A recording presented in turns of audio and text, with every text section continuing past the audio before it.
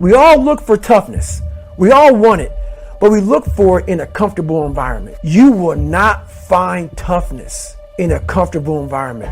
You want people who are honest with you, who are going to tell you what is honest. Honest and truthful people. The most important conversation you'll ever have is the one you have with yourself. You wake up with it, you walk around with it, eventually you'll act on it. And my self-talk was the most disgusting self-talk of all time. You got to start diving into those things that you are afraid of. You don't gain confidence by going to the spot that makes you feel good. It's going to be a false reality. But you overcome those fears, guess what happens? The whole world, you unlock this door and everything opens back up again. I made this person. I made this person by diving into the insecurities that life gave me. What if? A lot of times I'll be in a 200-mile run or something like that, and I'm all jacked up. Body's broken, mind's broken, spirit's broken. I start to say, what if I can pull this off? When I first walked into the Navy SEAL recruiter's office, he looked at me and said, there's only been 35 African Americans in 70 years make it through. You know what I said to myself? What if I can be the 36th? It's the what if I can pull off a miracle. What if I can become someone that no one thinks I can be? And just me talking about that, I have the hair going up on my arms. So many people, before I give them a workout plan, they're talking about recovery. Everybody that hears me speak, they want to go straight to recovery. Workout first. We are always looking for, like whenever I talk to people, people take my words and they put it in a way to where they want to feel comfortable. This guy, you know, they want to put you in a box. They want to put a title on you. No, you're putting a title on me to make yourself feel better about yourself. If you read this book of mine and you see where I came from, I made this person. I made this person by diving into the insecurities that life gave me. Because now they're yours. They're yours to own. If you're not smart, call yourself dumb. It's okay, because you are. But take that not as you putting yourself down. If you're fat, call yourself fat. I used to be 300 pounds. We want to talk so soft to ourselves. We're looking for that recovery day. And that recovery day is everything in your life. Everything in your life is that recovery day. We're looking for it. It's not coming. It's not coming. Get over that recovery day. And that's the mentality I took with me. And what happened through that process was all the frivolous things of life started to float away. I used to tell people lies so they would like me. Because I was so insecure. When you start to build yourself up and start to have the one thing that we don't have is confidence. Real, authentic confidence from hard work. You now know. I walk in a room now and I know the hours and years and decades I put into David Goggins. That's something, it's not on the wall. It's not a trophy on the wall. It's not a medal around your neck. It is actually a feeling in your heart. I don't care how you perceive David Goggins. Because through my journey, I figured out the one piece I was missing. I thought it was cars. I thought it was women. I thought it was everything. The one piece I was missing was me having the courage to face myself. And once you do that on a daily basis, it's not about the running. People are going to be, you about working out. Where I got my work ethic from was the hours I had to spend learning this. When you sit down and you're not smart, and you have a disability, and you still want to be in the top of your class, I didn't want to just get by. When I realized that I can learn through hard work, and I can beat the valedictorian in school, but I got put in 10 hours more a day than he does. You know what kind of strength comes from that? When you're sitting down and that guy, that valedictorian studied for an hour, and you know I caught you, and I am dumb, but I have the work ethic to catch you. That's where David Goggins got really invented. It's that, having a discipline every day to say, for me to learn this one math problem, it's going to take me 10 hours. And that's where and you realize through hard work, you can outwork anybody, no matter how badass they are. But that's the part people don't want to dive into. Some people didn't understand when I say I'm training for life. 2020 was the perfect example of that. A lot of people lost jobs, lost businesses, lost family members. A lot of folks spent a lot of time in the hospital on ventilators. That should have caused a lot of damage in your brain. Folks see how much I work out, and they think I'm running from demons. It's not demons, it's discipline. And I'm a disciple of discipline. You can't outrun your demons. They'll always find you. Only way to beat them mother is look at them eye to eye and make them your bitch. Mindset's the only thing that gets you through hard times. So think about this. I put everything on David Goggins to be a Navy SEAL. It's like going to the crap table with your last $1,000. And you say, you know what? I'm gonna put everything on this fucking, on black. And hopefully I'll win. If not, I'm broke.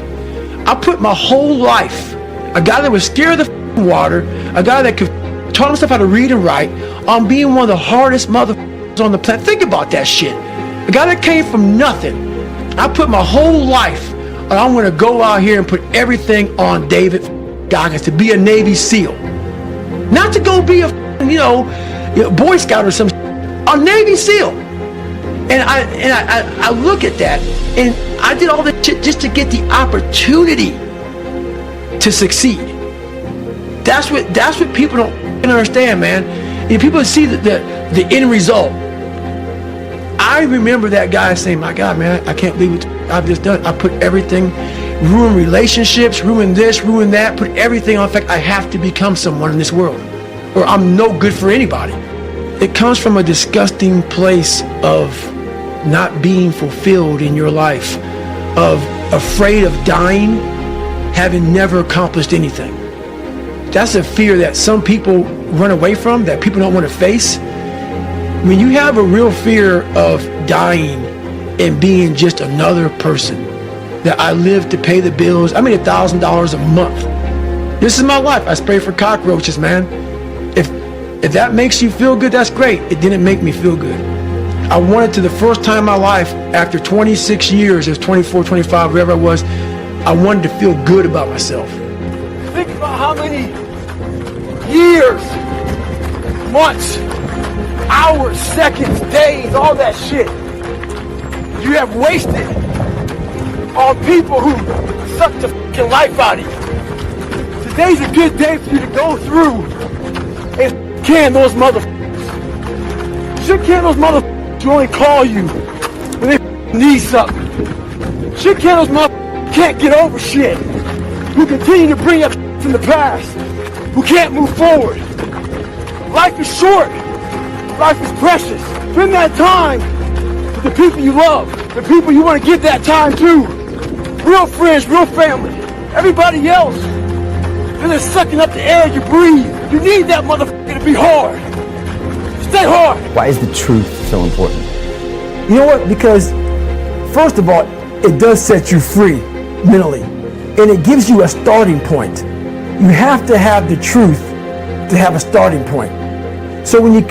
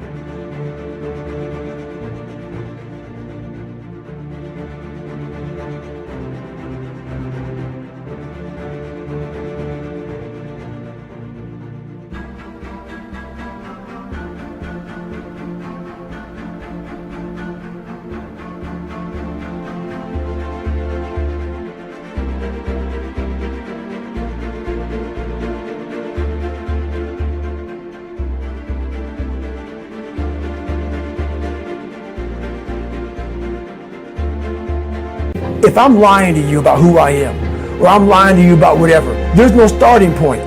There's a false reality. You have to create the real reality. So that's what I call my accountability mirror in my book. That's the real reality. Where the f am I going to start from? So for me, I was lying to this, lying about that. So I had no starting point. Once you come face to face with who you are, you have a starting point. All right, I'm not real smart. I have no courage. I have no self-esteem. I have no nothing. Nothing. That's my starting point. Now we can move from there.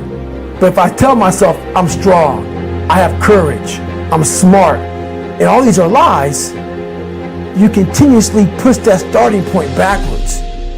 So that starting point is the truth. The no bullshit truth that only you can tell yourself. So it's the starting point. The truth's the starting point. Especially nowadays in this society, we like to surround ourselves. It makes us feel so good. Those people who say it's okay. It's okay. It's not okay. It isn't okay, man. And I get it. Society's changing, and we love to feel wanted and loved. Trust me, that's all important. It is. But you have to have the truth from people. Hey, you're not working your butt off hard enough. You're not trying hard enough. We all think we're trying hard, but what are you gauging that off of? Are you gauging off of, like I talked to this one kid the other day, college is kicking my ass. I said, what are you gauging that off of? I go, are you trying? He goes, yeah, I'm trying my ass off. I'm studying hard. I go, what are you gauging trying hard off of? Well, in high school, I didn't have to try at all, and I made great grades. In college, I'm trying hard. You're trying hard compared to what you did in high school, which was it came easy to you. So your reality is something that you created off of something easy. So you trying hard is 2 hours of studying. I'm going to tell you a difference in trying hard and trying hard. Trying hard is something in your mind just doesn't stop. Where you know 2 hours isn't enough. So it's all about, reality and what you're basing things off of. When I was 297 pounds and I was fat as hell trying to be a Navy SEAL, the scariest thing in the world to me, even to this day, was that could have been the rest of my life. I thought then I was trying hard. That's the scariest thing in the world. I thought then, 297 pound, working for Ecolab, spraying for cockroaches, making $1,000 a month. I thought that was me at my 100% potential. Come to find out, a few years later, I wasn't anywhere near that. 106 pounds less, graduated Navy SEAL training, went on to do all these other things. Looking back on that, that was me trying hard. That's why people got to understand what is in us. We have no idea until we start trying hard. And I mean really trying hard, where you're obsessed with, hey, this is my new norm. My new norm is that, wow, this isn't always fun. It's not always meant to be fun. And that's when you know you're trying hard. When I was in Ranger school, my squad got spot checked. The Ranger instructor was looking for 3 items. One of my guys didn't have the items, so the whole squad got smoked. The RI was sitting there smoking us, and the more he smoked us, the more my squad looked around looking for someone to motivate him. The Ranger instructor shouted out, "I'm gonna bury you." So I saw that my squad needed some extra motivation. So I said, "Ain't no grave that can hold us down, motherfucker. Ain't no grave that can hold us down." Right now in life, your family is looking for that one guy right now. They're looking for that.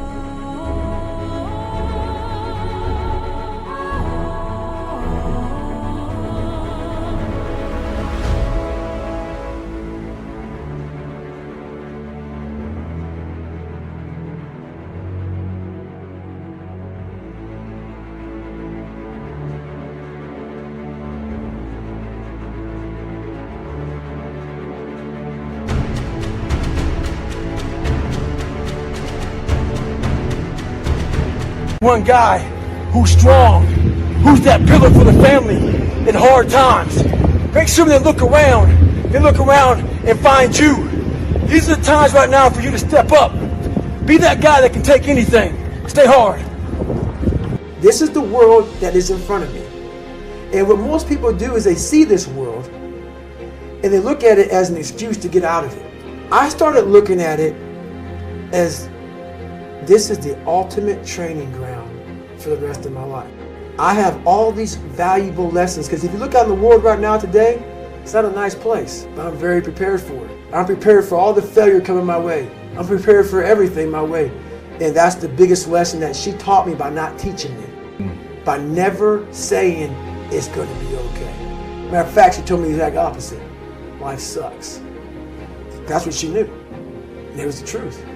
And so I started at that point in my life. I have a lot more failures, as you see in that book. But I started down the road of, instead of the path of least resistance, I started choosing the path of most resistance to prepare myself for the journey that was coming my way. We live in a box, and we don't want to go outside that box at all, ever. Outside that box is all these possibilities of life. What we do is we shackle our mind. We are a prisoner in our own mind that this is all I can do. This is all I'm good at. And we take away the possibilities of you could be this, you could be that, you could be all these things. And I never thought at 300 pounds I could be a Navy SEAL. So if my mind was shackled, there'd be no book, there'd be nothing. So what people don't understand is that they live for themselves, not knowing that you have the power within yourself to change millions of lives by facing life, by facing yourself.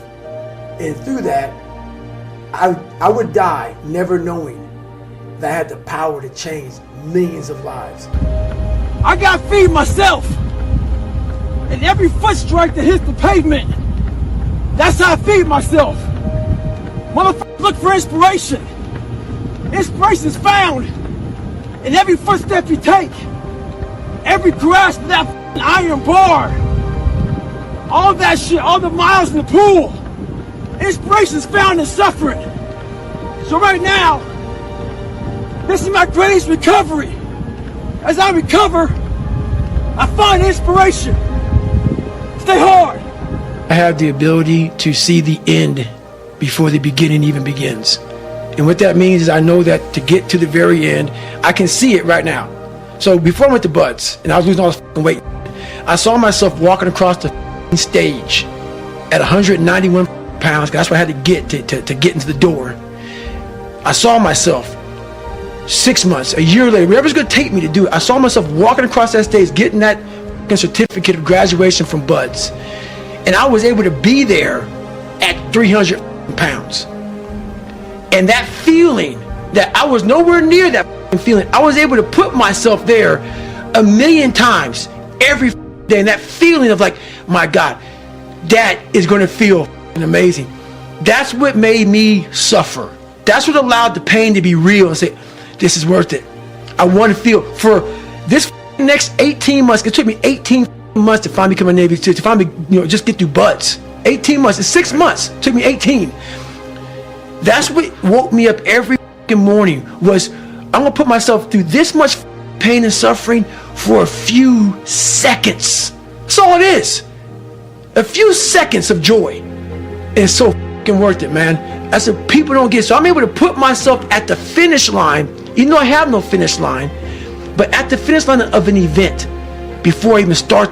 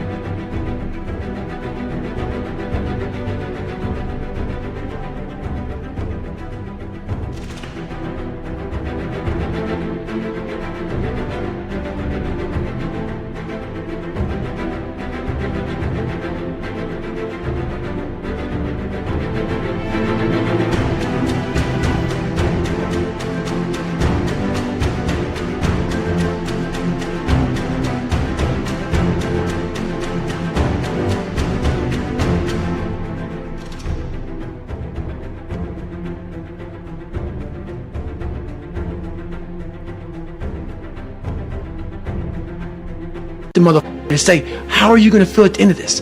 Visualizing is my biggest tool of life. That's why I've been able to put myself in cold water, put myself in a 100-mile race millions of times before I've done it. And I'm able to go through the race and see how I'm going to feel at mile 50. Almost to the exact feeling. And that's the one thing I practice and practice and practice and practice overnight. But also, the most important thing is I practice that feeling of accomplishment that I'm going to have when it's all said and done with. I get a lot of questions. People asking me for help. So I asked them, what have you done to help yourself? Most of them say, I've been working hard. I'm all about being your own hero.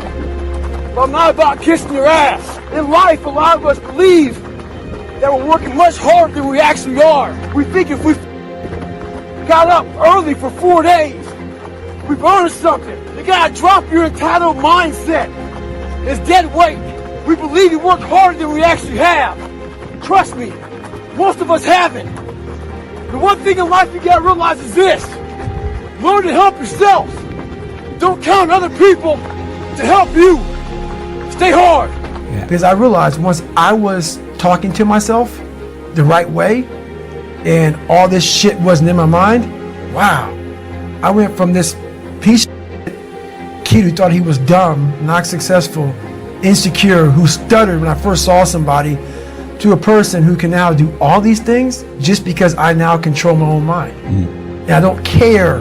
When you get to the point where you really don't care, you become very, very dangerous. I'm not saying don't care like, I don't care if I do that. No, when you don't care about other people and how they view you, about how you walk, how you talk, how you dress, where you want to go with your life. You know, growing up, I didn't want to tell anybody I wanted to be in the military. Because why? Some of my black friends, I was afraid of what they think. Why you want to join the fucking military, man? Why you want to do that shit? I was afraid of what other people thought about me. So now, when I go in the military, I didn't know you want to fucking join the military. Yeah, I didn't tell you because I was afraid of what you thought. Once again, man, you're allowing other people to shackle your mind. It's the worst thing in the world. Let's say, for instance, we have a family. Let's say we're all a big family here. And every morning I'm getting up training for a 200-mile run. And you see me get up at 4 o'clock in the morning. And all you are sleeping. And by the time I get done running my 30, I come home just getting up. How are you going to feel about yourself? A lot of our family members, a lot of our friends, they're mediocre. There's always those couple of guys who are uncommon, who want to be better. But you make that mediocre motherfucker feel like, whether it's your mom, your dad, whoever, you make him feel horrible. I've been there. I'm speaking from experience. When you get somebody around you, man, who's trying to be better, and you don't have the drive that they have, it's a constant reminder of how you are. You have to know that that's what it is. Anybody in your course not saying, man, get after it, brother, I'm so proud of you, they have a problem with themselves. Because all you're trying to do is achieve more. If that's a problem for somebody, you have to look at them and say, man, you really have a fucking problem with yourself, huh? Most of this generation quits the second they get talked to. You did this wrong, or they get yelled at. It's so easy to be great nowadays because everybody else is, most people are weak. This is a softened generation. So if you have any mental toughness, any ability, if you have any fraction of self-discipline, the ability to not want to do it but still do it,